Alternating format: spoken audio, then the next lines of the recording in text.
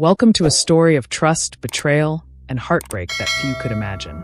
It begins with a mother who placed her children in the care of her sister, believing it was only for a short time until life became stable again. But what was meant to be temporary turned into a nightmare because behind closed doors, her sister did something unthinkable. She erased her from her children's lives, telling them she was dead. What followed was years of stolen memories, lost connections, and a devastating reunion that shattered a family forever. This is not just a story about lies. It is about how the deepest wounds often come from those we love the most. Life had not always been cruel to me.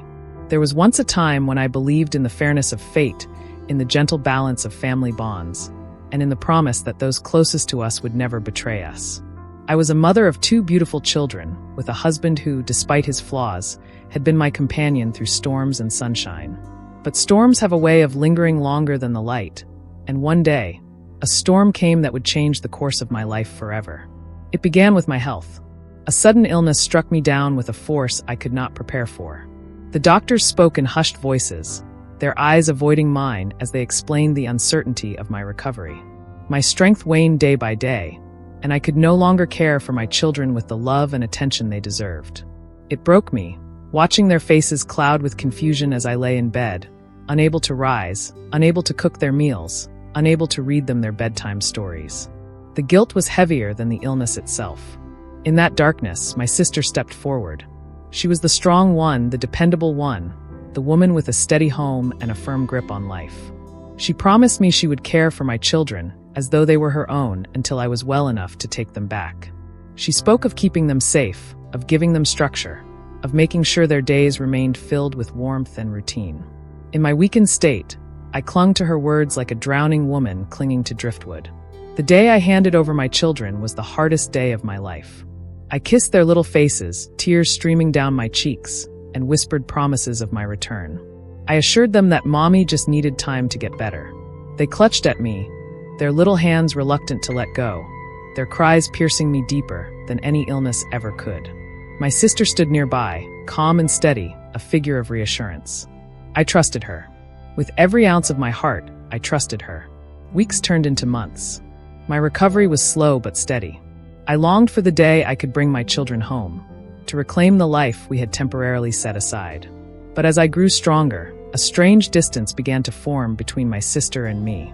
Her calls became less frequent, her updates about the children shorter, colder, and eventually absent altogether. My attempts to visit were met with excuses. The children were busy, they had school activities, they were asleep. Each time, I swallowed my frustration, telling myself she was simply protecting them, shielding them from the sight of my lingering fragility. What I didn't know then was that a deeper betrayal had already taken root, one that would carve scars into my heart for years to come. I had trusted my sister with my children, but she had twisted that trust into a weapon. While I was fighting to regain my strength, she was fighting to erase me from their lives. She began to tell them lies, insidious whispers designed to rewrite their reality. Lies that painted me not as a mother recovering from illness, but as a memory buried in the past. The day I walked to her doorstep, stronger than I had been in months, I expected to be welcomed with open arms and joyful cries of "Mommy." Instead, I was met with locked doors, drawn curtains, and silence. My sister refused to open the door, refused to let me see the children I had given her only temporarily. I knocked until my hands hurt, I called until my voice cracked, but there was nothing. No answer, no explanation, just the crushing weight of rejection. In that moment, I felt the first sharp edge of betrayal cut into me. Something was wrong, horribly wrong, but I could not yet see the full picture. I thought perhaps she was angry, perhaps she believed I was not yet ready. But the truth was far darker than anything I could imagine. That night, as I sat alone in my empty home, I realized that the bond of blood does not always guarantee loyalty. My sister, the woman I had trusted above all others, was about to become my greatest enemy. And though I did not know it yet, she was already weaving a lie so cruel, so devastating, that it would define the next chapter of my life. The morning after that dreadful night, I rose with a renewed sense of determination. My body still bore the marks of illness, but my spirit refused to remain broken. I had given my children to my sister only for a time, and that time had long passed. I convinced myself that perhaps she simply needed reassurance, that if I arrived with proof of my recovery, she would open the door and return my children without resistance. It was a comforting lie, one that gave me the courage to try again. I returned to her house, clutching a small bag of gifts for the children. Inside were the toys they had once loved, reminders of the home they had left behind. As I approached, I imagined their faces lighting up, imagined them running into my arms, crying with relief that Mommy was back. But again, the house stood cold and silent. Curtains drawn, door locked, the air heavy with avoidance. I knocked until my knuckles bruised, yet no sound of footsteps came from within. The silence grew louder with every second, until it drowned out the hopeful voice in my head. I began asking neighbors if they had seen my children. Their answers only deepened my confusion. Some spoke of how the children seemed well, how they played in the yard, attended school, and laughed as any children should. Yet they also mentioned how they never spoke of me, how they only ever referred to my sister as their mother. At first, I dismissed this as childish confusion, a misunderstanding born of the unusual arrangement. But a shadow of unease crept into me, whispering that something far more sinister was at play. Desperate, I sought legal help. I thought the law would be my shield, that the truth of my motherhood would be undeniable. I gathered documents, photographs, birth certificates, all the proof that I was their mother. I entered courtrooms trembling with both fear and hope, believing that justice would restore what had been stolen from me. But my sister was prepared. She painted a portrait of me as unstable, unfit, still gravely ill and incapable of providing for my children. She spoke with such calm authority, her lies wrapped in ribbons of concern, that even I began to doubt my own strength. The judge listened, but his gaze was skeptical, as though he were peering at a woman on the verge of collapse. My voice cracked as I pleaded, my hands shaking as I held up photographs that suddenly felt like fading fragments of a past no one else seemed to believe in. My sister's lawyer leaned on her every word, reinforcing the story she spun. That I had abandoned my children, that I had drifted out of their lives, that I was more ghost than mother. The court leaned in her direction, blinded by her mask of stability. When the ruling came, it was not in my favor. Custody remained with my sister, temporary on paper, yet in practice it felt like a sentence with no end. I left the courthouse that day with a hollowness I cannot describe. The documents in my hands, stamped with the seal of authority, seemed to strip me of more than rights. They stripped me of my very identity as a mother. I had not abandoned my children, but the world now treated me as though I had. My sister's lies were no longer whispers. They were becoming truth in the eyes of everyone around us. The months that followed were unbearable. Each attempt to see my children ended in rejection. Phone calls went unanswered. Letters were returned unopened. I stood outside their school once, hoping to catch a glimpse of them, to prove to myself they still existed in the same world as me. But when I saw them walk out, holding my sister's hand, calling her Mom, I felt something inside me shatter. They did not look for me in the crowd. They did not expect me to be there. To them, I was already gone. It was then I realized what my sister had done. She had not simply kept them from me. She had erased me. In their young hearts and fragile minds, she had replaced me with herself. And though I was alive, breathing, and fighting, she had convinced them I was dead. That night, I sat in the dark of my empty home, clutching the toys I had brought for them. The silence pressed down on me like a weight I could not escape. For the first time, I understood the depth of her betrayal. It was not just about keeping my children. It was about destroying the bond that tied us together. And in her hands, that destruction was almost complete. But I was not ready to surrender. If she had rewritten my story as death, I would prove to my children that I was still alive. The battle had only begun, though the cost of fighting it would soon consume me in ways I could not yet imagine. Time has a way of distorting pain. It does not erase it, nor does it truly heal, but it reshapes it into something more haunting. Something that lingers in the quiet hours of the night and creeps into the corners of the day. That was how I lived after losing my children to my sister's lies. Each day was heavy with absence, each night filled with the echo of memories I could not reclaim. The sound of their laughter, once the heartbeat of my home, became a cruel reminder of everything I had lost.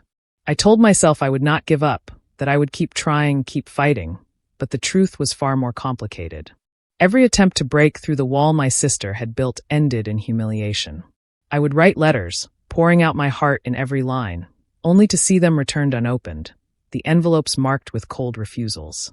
I would call her house, and when she finally answered, her voice was distant, clipped, as if I were nothing more than a nuisance. And still, the children never came to the phone. Their voices, once so familiar, became distant echoes I could no longer reach. I clung to hope like a drowning woman clings to a piece of driftwood. I convinced myself that the children remembered me, that somewhere in their hearts, they knew I had not abandoned them. But as months turned into years, that hope began to decay. I saw them less and less, and when I did, it was always from a distance. My daughter, once a little girl who clung to my skirts, now walked with a confidence that did not belong to me. My son, who had once fallen asleep against my chest, now looked up at my sister as though she were his entire world. And in their eyes, I saw no recognition of the woman who had given them life. It was during one of these stolen glimpses that I heard the words that broke me more than any legal ruling ever could. I had gone to their school again, standing hidden across the street, desperate for a chance to see them. They walked out, their backpacks bouncing against their small frames, and I heard my daughter ask my sister why other children had mothers waiting for them. My sister's answer was quiet, but the words carried across the space like a blade. She told them their mother was gone. She told them I had died. I felt my knees weaken, my breath vanish from my lungs. In that moment, I was no longer a mother fighting to reclaim her children. I was a ghost, erased from their reality, buried while still breathing. My sister had not only stolen their love, but also rewritten their memories. She had painted me as a figure of the past, a name they would learn to whisper with sorrow rather than shout with joy. I was no longer part of their lives, but a tragic story told to make sense of my absence. The cruelty of it was unbearable. It was not enough for her to take them. She had to destroy me in their hearts. I began to understand the depth of her obsession, the twisted hunger that had driven her to claim what was mine. She wanted to be the only mother they knew, the only figure of love and safety. To achieve that, she had to erase me completely. And with every lie she told, she tightened her grip on them, pulling them further and further from me. I spent nights awake, replaying every moment of their childhoods, every laugh, every cry, every memory we had shared. I clung to those fragments as proof that I had existed, proof that I had once mattered. But even those memories began to feel fragile, as though my sister's lies were powerful enough to rewrite not only their lives but mine as well. I was slipping away, becoming invisible even to myself. Yet, even in the depths of despair, a small ember of defiance remained. I refused to accept the death she had written for me. I was alive, and as long as I breathed, I would find a way to reclaim my children. The bond between mother and child cannot be destroyed, no matter how deeply buried under lies it may be. And though she had buried me in their hearts, I would rise again, no matter how long it took. But as I clung to that fragile resolve, I did not realize that years would pass before I would get the chance. And when that chance finally came, it would arrive not as a gentle reunion, but as a storm that would tear open every wound and force the truth into the light. Time marched on, indifferent to the ache in my heart. What began as weeks apart stretched into months, and then into years, until the distance between me and my children felt like a chasm I could never cross. Their childhood slipped away from me, replaced by silence and absence. Every birthday I missed, every holiday I spent alone, became another weight pressing against my chest, another reminder that I had been written out of their story. The world outside seemed to believe the lie. Friends who once asked about my children grew hesitant, their questions faltering when they saw the pain in my eyes. Some avoided me altogether, uncomfortable with the ghost of a mother I had become. Others whispered behind closed doors, wondering if perhaps my sister had been right, if perhaps I truly had abandoned my children. The lies she spread seeped into every corner of my life until I felt as though I were living in exile, punished for a crime I had not committed. I tried to rebuild, to focus on healing my body and mind, but every step forward was shadowed by the loss of my children. I worked odd jobs to keep myself afloat, moving from place to place in search of peace that never came. Nights were the hardest when the house was too quiet and the memories too loud. I would lie awake imagining what they looked like now, how tall they had grown, what their voices sounded like. I wondered if they remembered the lullabies I used to sing, or if those songs had been replaced by my sister's voice. Years blurred together, each one stealing more of the bond one once shared with them. By the time they reached their teenage years, I had stopped trying to approach them directly. Too many doors had been slammed in my face, too many cold stares had warned me away. Instead, I watched from afar, an invisible presence lingering at the edges of their lives. I saw them walking to school, laughing with friends, carrying the weight of a life that no longer included me. My heart ached with pride and sorrow in equal measure. They were growing into strong, beautiful young people, but they were doing so without me. What hurt most was the way they looked at my sister. To them, she was everything: a mother, a provider, a protector. I could see it in their eyes, in the way they leaned into her, in the way they called her mom. It was as though I had never existed, as though the years I had poured into nurturing them had been erased. My sister had succeeded in her cruelest mission. She had not only stolen them from me, but she had rewritten their memories so thoroughly that I had become nothing more than a ghost of a name they no longer spoke. There were times I nearly surrendered. I considered disappearing completely, leaving the city behind and starting fresh somewhere no one knew my story. But each time I thought of it, I felt the pull of motherhood stronger than the weight of despair. No matter how far they had been pulled from me, they were still my children. Blood does not vanish. Bonds may be buried, but they do not die. And I could not abandon the hope that one day, the truth would find its way to them. I began keeping journals, pouring every memory, every detail of our lives together into pages that I hoped one day they would read. I wrote about their first steps, their first words, the way they used to fall asleep curled against me. I wrote about the meals we shared, the stories I told them at night, the dreams I once had for their future. These journals became my lifeline, a way to remind myself that I had been their mother, that I still was. Even if they no longer remembered me, I would leave behind proof that I had existed, that I had loved them more fiercely than anything else in this world. But life has a way of circling back, of forcing the truth into the light when we least expect it. I did not know it then, but the years of silence were not the end of my story. They were the long, painful pause before a reckoning I could not yet imagine. For as my children grew older, cracks began to form in the perfect facade my sister had built. And through those cracks, the truth would finally begin to seep. The years of silence stretched long and merciless, but lies, no matter how carefully woven, rarely last forever. My sister had built her world of deception on the fragile foundation of fear and half-truths. To young children, her story had been absolute, unquestioned. But as they grew into teenagers, curiosity and doubt began to stir in them, as it does in all who come of age. And slowly, the cracks began to form. It started with whispers I heard through mutual acquaintances. A teacher at their school had once asked my daughter to write about her family for a class assignment. She hesitated, the teacher said, fumbling over words, unsure of how to explain her family structure. She wrote about her mother, my sister, but she included details that didn't fit. Memories of lullabies, of a different face leaning over her bed at night, of someone whose presence she could not name. These fragments confused her, but they lived within her, buried memories clawing their way to the surface. My son, too, began to question.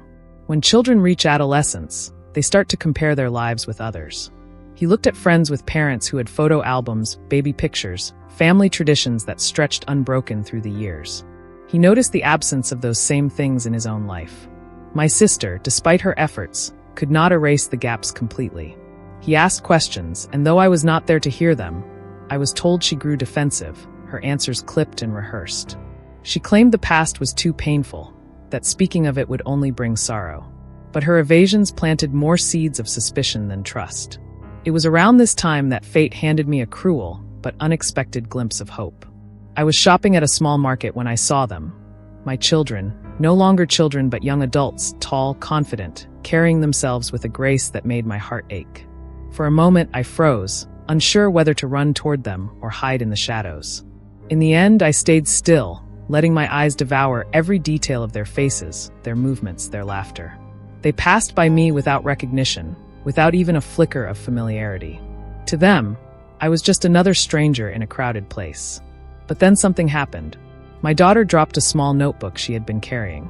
I bent to pick it up, but before I could reach her, she had turned, scooped it up, and hurried away. For a second, her eyes met mine. And in that second, something flickered, confusion, hesitation, a tiny spark of something she could not name. It was gone as quickly as it appeared, but it gave me hope. Perhaps, beneath the layers of lies, a part of her still remembered. That night, I wrote furiously in my journals, pouring out every detail of what I had seen.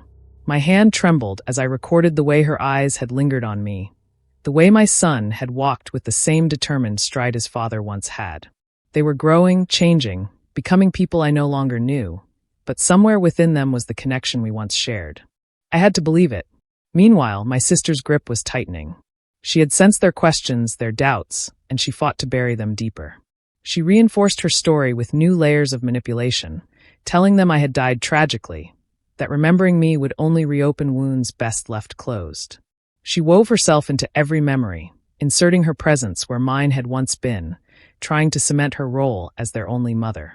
But the harder she tried, the more strained her lies became. What my sister never understood was that truth, no matter how deeply buried, has a way of rising. My children were beginning to feel its pull, though they did not yet understand it. And I, though still trapped in the shadows, could sense that a turning point was near. For years, I had been erased, a ghost wandering through their lives unseen. But ghosts have a way of haunting, of refusing to be forgotten.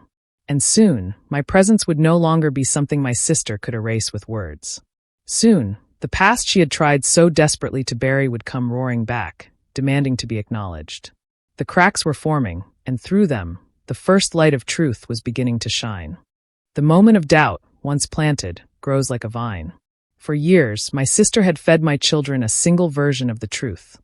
That I was gone, that I was nothing more than a tragic memory. But teenagers are not children, and their minds are no longer content to accept stories without proof. My daughter, especially, began to feel the weight of unanswered questions pressing against her heart. She could not shake the flicker of recognition she had felt that day in the market, nor the inconsistencies in the stories my sister told. Her curiosity began quietly. She searched through old boxes, rifling through drawers in my sister's house, hoping to find fragments of the past. What she uncovered was unsettling. There were photos of her and my son as babies, smiling in arms that were not my sister's. The woman in those pictures was me, though she did not yet understand who I was. She stared at those images, confused by the softness in my eyes, the way my arms encircled her, the way the smile on her face seemed more familiar than she wanted to admit. When she asked my sister who the woman was, she received vague answers. A family friend, someone who used to help out. But the explanations rang hollow. Meanwhile, my son began to notice how their family story did not add up. He asked about their father, about where he was, about why their early childhood was always shrouded in silence. My sister grew irritable, dismissive, snapping that some things were too painful to discuss. But teenagers do not accept silence as easily as children.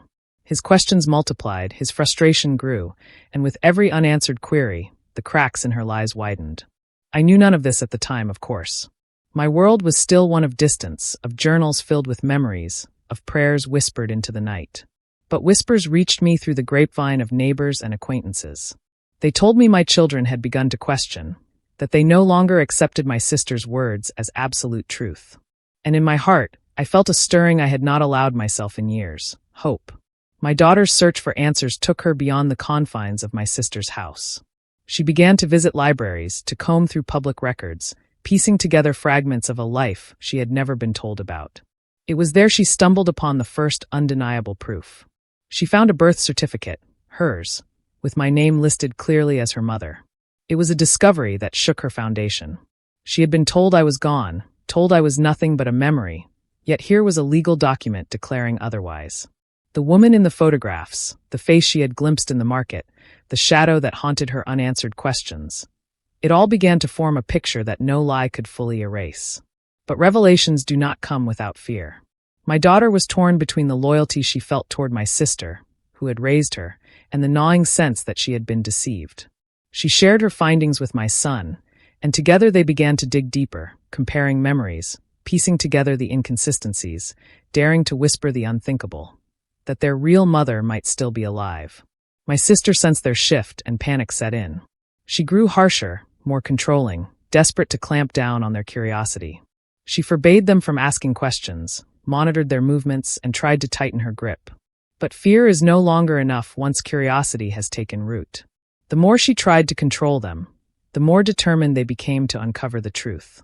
For me, life went on in its quiet rhythm of loneliness and longing. I did not yet know that the children I had been erased from were awakening to the truth of who I was. I did not yet know that the years of silence were beginning to fracture. But deep in my soul, I felt a shift, as though the universe itself was stirring, preparing to unravel the web of lies that had bound us for so long.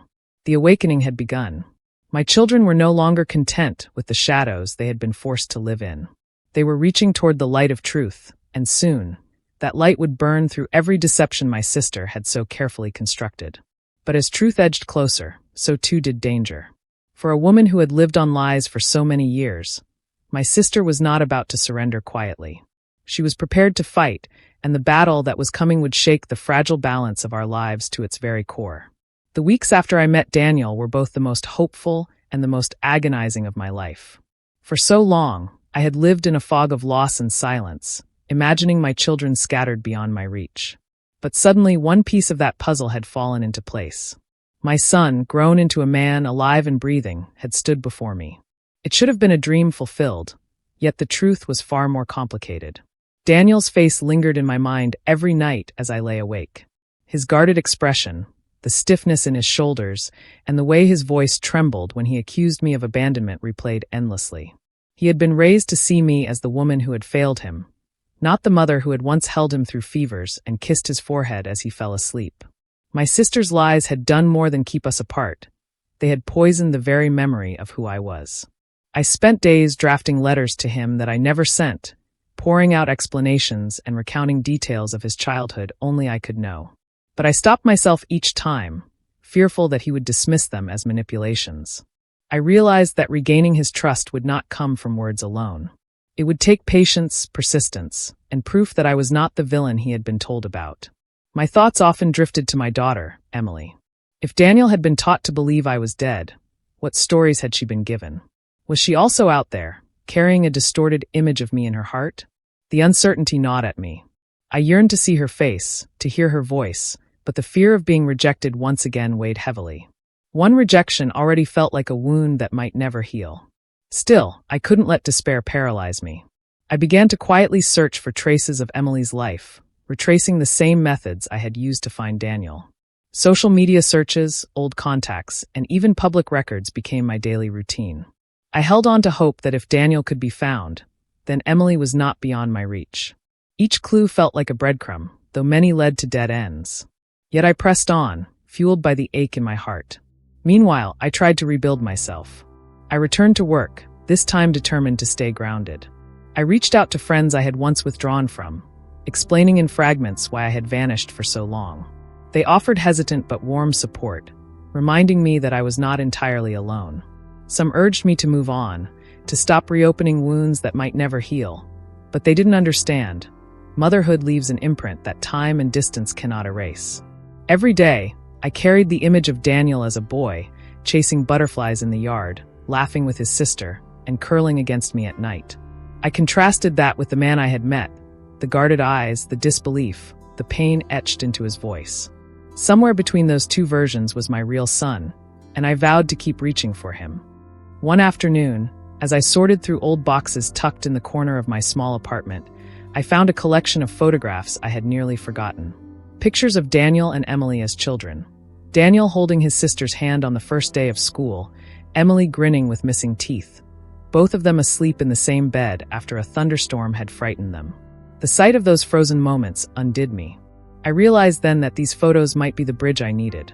They were proof of my love, tangible evidence of a life I had built with them before it was stolen away. Carefully, I placed a few of the pictures into an envelope. My hands shook as I addressed it to Daniel, unsure if he would even open it. But I knew I had to try. The photos told the truth in a way words could not. They held memories that could not be fabricated, pieces of a past that belonged to us alone. As I slid the envelope into the mailbox, a mix of fear and hope surged through me. Would he see them and remember the warmth of those days? Or would he reject them, believing they were nothing but a trick? I had no way of knowing. But as I walked back to my apartment, I carried a fragile faith that somewhere, buried beneath the lies, my son's heart still remembered me. And deep inside, I prayed that those images might not only reach Daniel, but somehow guide me closer to Emily as well. Because my journey was not over. Not until both of my children knew the truth. The next chapter of my story would hinge on what Daniel chose to do with the memories I had placed in his hands. The days after I mailed the envelope to Daniel stretched endlessly, each one heavy with anticipation and dread. I found myself lingering by the phone, checking my email more often than I cared to admit, hoping for any sign that he had received the photographs. The silence was agonizing. At night, I lay awake wondering if the envelope had even reached him or if he had tossed it aside without a second glance. But just when I began to lose hope, a small shift occurred. Daniel didn't call, nor did he send a message. Instead, he left a faint but unmistakable trail that let me know he had opened the envelope. One evening, I checked his social media out of habit, and there it was, a photograph, one of the very ones I had sent, scanned, and uploaded. It was a picture of him and Emily as children, holding hands in the front yard. He hadn't written a caption, only a single word beneath it: memories. The sight of it brought tears to my eyes. It was a crack in the wall he had built between us, small but significant. Daniel had not erased the picture or ignored it. He had shared it. I took it as a sign that perhaps, beneath his anger, something was stirring. Maybe doubt in the lies he had been fed, or maybe just a longing for answers he had never been given. I didn't reach out immediately. I knew the slightest push might drive him further away. Instead, I let him take the lead. Weeks passed before anything happened, but eventually, an email arrived. The subject line was blunt: "Explain this." Inside, Daniel had written only a few sentences. He wanted to know why I had those photographs, why I had never tried to find him sooner, and what proof I had that I was truly the mother he had been told was dead. His tone was skeptical, sharp, but underneath the harsh words I could sense confusion and a flicker of curiosity.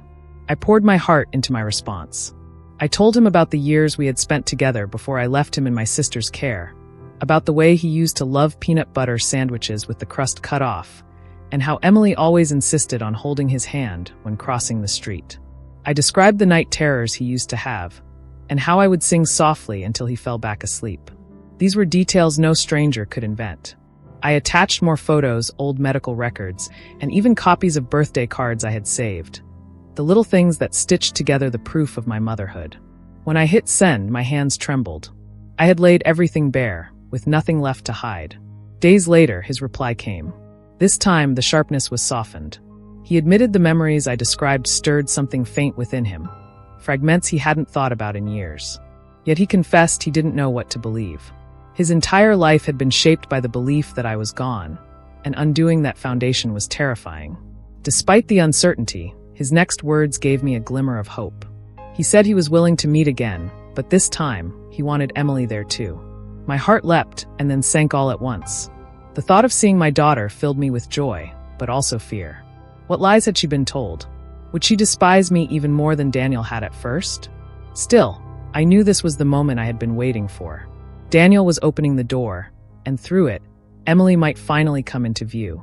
As I prepared for what lay ahead, I couldn't help but wonder what role my sister had played in shaping Emily's beliefs. Had she painted me as a careless mother, or as someone unworthy of their love? I braced myself for the possibility that my daughter might arrive at the meeting already hardened against me. But I also held on to the faint hope that, like Daniel, she might carry fragments of memory buried beneath the lies. Memories of lullabies, of bedtime stories, of love. The stage was set for a reunion I had dreamed of for years. Whether it would heal us or shatter me further, I had no way of knowing. All I knew was that soon, I would face my daughter, and the truth could no longer be hidden. The day I was to meet Emily arrived with a heaviness I could feel in my bones. For years, I had longed to see her, to know she was alive and safe, and yet the thought of standing before her filled me with dread. She had been raised under my sister's influence, nurtured on lies that erased me from her life. I didn't know if she would see me as her mother, or as the shadow of a woman she had been taught to resent. We arranged to meet at a small cafe in the city. Daniel had chosen the place, and I respected his decision, though it felt almost surreal to think my son, once lost to me, was now the bridge to my daughter. I arrived early, my hands trembling as I gripped a coffee cup I had no intention of drinking. Every time the door opened, my heart jolted. When they finally entered, I recognized her instantly. Emily had grown into a young woman, her features a blend of maturity and the little girl I remembered. She had my eyes, but her expression was guarded, cautious. Daniel walked slightly ahead, his presence protective, as if he were shielding her from the possibility of disappointment. She sat across from me, her posture stiff, her gaze unyielding. For a moment, we simply stared at each other. Time seemed to collapse, memories of bedtime stories and childhood laughter rushing back to me. But for Emily, it was different. I could see the questions burning in her eyes, the suspicion, and perhaps even anger. Daniel broke the silence first, reminding her gently that she had agreed to listen. I nodded, gathering the strength to speak, though every word felt like it might shatter me. I began with memories, small fragments of her early childhood. Her favorite stuffed rabbit she carried everywhere, the way she refused to sleep without a nightlight, the songs I sang to calm her after nightmares. For a fleeting moment, I saw a flicker in her expression, as if some distant memory stirred. But it quickly hardened again. She asked me, flatly, why I had left her, why I had chosen to disappear from her life. Her words cut deeply, but they were not her own. They were the echoes of my sister's voice, the lies she had grown up believing. I explained what had happened, how I had trusted their aunt during a dark period of my life, never imagining she would betray me so completely. I told Emily I had never stopped loving her, that I had searched tirelessly, and that the stories she had been told were fabrications meant to erase me. But my words did not soften her right away. She shook her head, tears brimming in her eyes, torn between the memories of the woman before her and the narrative she had always known. Daniel reached out, showing her the photographs I had sent him, evidence of our life together before the lies. Slowly, she looked at them, her fingers brushing the images as if searching for truth within them. I could see the battle within her. The part of her that longed to believe clashed violently with the loyalty she felt toward the woman who had raised her. In her eyes, I was both stranger and mother, both a ghost and a living truth. By the time we left the cafe, Emily had not given me her forgiveness, nor her trust. But she had not turned away completely either. She agreed to speak again, to listen more, though her words were edged with caution. It was not the reunion I had dreamed of, but it was a beginning, a fragile thread of possibility. As they walked away together, I was left with a storm of emotions. Joy at seeing her alive, sorrow at the distance between us, and rage at the sister who had orchestrated this cruel deception. I knew then that my journey would not be complete until I confronted the woman who had stolen my children's lives and rewritten their memories. The time for silence was over. The truth had to be faced, not just between me and my children, but with the very person who had caused the wound in the first place. The decision to confront my sister was not one I took lightly. For years, I had carried the weight of her betrayal in silence, unsure if I would ever face her again. But after seeing my children, after feeling the cold distance in Daniel's eyes and the mistrust in Emily's voice, I knew I could not let the past remain buried. My children deserved the truth, unfiltered and undeniable. I reached out, not to her directly, but through Daniel. I told him I needed her to hear what she had done, not just to me, but to them. At first, he hesitated, torn between the woman who had raised him and the woman he was only beginning to rediscover. But slowly he agreed. Emily remained uncertain, her loyalty still divided, but she came as well. It was clear she needed to hear it too, even if it broke her heart. We arranged to meet in my sister's home, the same house where I had once left my children in her care, believing they would be safe. Stepping across that threshold again was like walking into a crime scene, every corner echoing with ghosts of what had been stolen from me. My sister greeted me not with guilt, but with a smile that was both tight and brittle, as though she still believed she held the upper hand. But this time, I wasn't the broken woman who had once begged her for help. I was a mother who had clawed her way back from the ashes, carrying truth like a weapon. The conversation began with denial, of course. She painted herself as the savior, claiming she had given Daniel and Emily the life I never could. She insisted I had abandoned them, and she had simply stepped in to protect them. Her words dripped with arrogance, as though she had done me a favor by erasing me. But I did not waver. I laid out the years of searching, the sleepless nights, the grief of believing my children lost to me. I revealed the photographs, the documents, the undeniable evidence that I had never relinquished my love or my role as their mother. Daniel and Emily listened in silence, their faces pale, their worlds unraveling with every word. Then Daniel spoke. His voice was low, but it carried the weight of a lifetime of deception. He asked her directly, why had she told him I was dead? Why had she allowed him to grow up with a lie so cruel it had fractured his very identity? For the first time, my sister faltered. The mask cracked, and beneath it lay not strength but fear. She muttered excuses about stability, about giving them what I could not, but the words rang hollow. Emily broke down then, sobbing as the reality settled in. She had spent her life loving a woman who had twisted the truth, and now she was left with the shattering realization that the mother she mourned had been alive all along. I wanted to comfort her, but I knew the wound was raw, and it was not my arms she was ready to fall into, not yet. My sister stood silent, cornered by the truth she could no longer bend. For once, the power she had wielded so confidently slipped through her fingers. And in that silence, Daniel turned to me, not with full forgiveness, not yet, but with a recognition I had long prayed for. He called me Mom. Just one word, but it broke through the years of lies like sunlight piercing a storm. Emily could not speak, but she reached for one of the photographs on the table, her hands trembling as she held it to her chest. It was enough. A fragile beginning, but a beginning nonetheless. As I left that house, I knew the scars of betrayal would never fully vanish. My children and I had been robbed of years we could never reclaim. But we had something now that my sister could not erase, the truth. And with time, I believed the truth could rebuild what lies had destroyed. For the first time in years, I stepped into the world not as a ghost of a mother, but as a living one, imperfect, wounded, but present. My sister's betrayal had nearly stolen everything, but love, however fractured, had found its way back through the cracks. The story of our family was no longer hers to write. It was ours again, and that was the story of a mother's love tested by lies, betrayal, and years of silence.